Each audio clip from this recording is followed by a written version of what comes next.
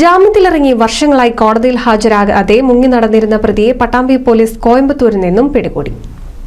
Pattambi police സ്റ്റേഷനിൽ 2015 വർഷത്തിൽ register ചെയ്ത കേസുകളിൽ കോടതിയിൽ നിന്നും ജാമ്യത്തിൽ ഇറങ്ങിയ ശേഷം വർഷങ്ങളായി കോടതിയിൽ ഹാജരാകാതെ മുങ്ങി നടന്നിരുന്ന എഴുവന്തല ചക്കിങ്കൽ തൊടി വീട്ടിൽ നൌഷാദിനെയാണ് പട്ടാമ്പി പോലീസ് ഇൻസ്പെക്ടർ PK പത്മരാജന്റെ നേതൃത്വത്തിലുള്ള പ്രത്യേക സംഘം കോയമ്പത്തൂരിൽ നിന്നും അറസ്റ്റ് ചെയ്തത്. നൌഷാദിന് പാലക്കാട്, മലപ്പുറം, കോഴിക്കോട്, കണ്ണൂർ, കാസർഗോഡ് തുടങ്ങിയ വിവിധ ജില്ലകളിലായി 30ഓളം മോഷണ കേസുകൾ നിലവിലുണ്ട്.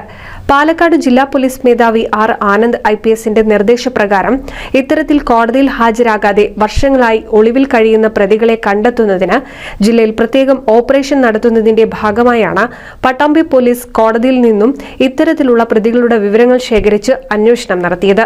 അറസ്റ്റ് ചെയ്ത പ്രതിയെ പട്ടാമ്പി കോടതിയിൽ ഹാജരാക്കി.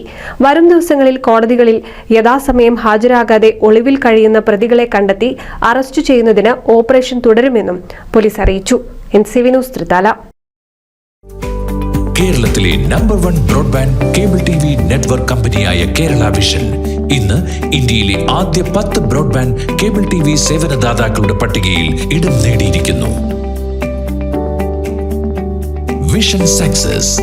ആഘോഷിക്കാം ഈ അഭിമാന നേട്ടം.